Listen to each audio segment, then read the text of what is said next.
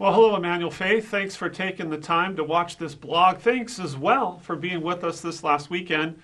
I really felt like the Lord had some real solid things to say to us through Peter about how to maintain our focus during times of suffering. And you've got the outline in front of you and all of the questions and everything. One of the things that I didn't have time to spend a lot of time on was it came out of chapter 4 and verse 5, where Peter talks about the fact that your former friends, the people that you hung with, the people that you lived life with before you came to faith in Christ, after you do come to faith and you begin to change your lifestyle and you begin not to do the things that they used to do with you and you with them, that they would begin to malign you and that they would criticize you and they would harass you and they would hammer you, and really bring some suffering and some tribulation and some difficult times into your life. And one of the things that dawned on me was, well, how should we respond to them? I think a couple weeks ago, Pastor Dennis brought up the fact that our natural response when people are criticizing us and they're causing us suffering and pain is, if you're going to get yours, your time is coming. And in fact, the text tells us that they are going to be judged for the things that they've done to us, for the things that they've said to us. But my concern, and I think God's concern, would be that we don't let our hearts grow angry, that we don't let our hearts grow bitter towards the people that are making our life difficult. And I went back and I looked at some of the ways that Jesus treated people, and you're probably familiar with these, that Jesus treated the people who caused him a lot of suffering and a lot of trouble.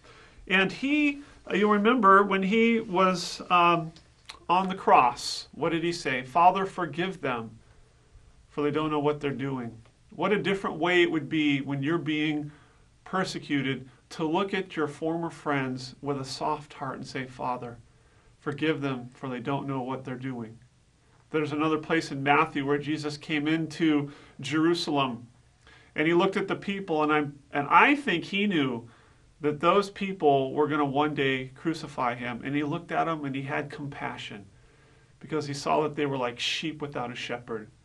Again, what a different way to look at people, to understand where they are spiritually, and even to understand, as Paul pointed out, that their eyes have been blinded by the evil one and they are incapable of seeing the truth.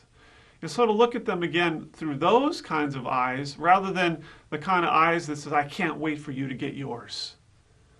And I started thinking, how would God want us to treat those people who persecute us? I think he would want us to love them. And I think he would want us to be gentle with them.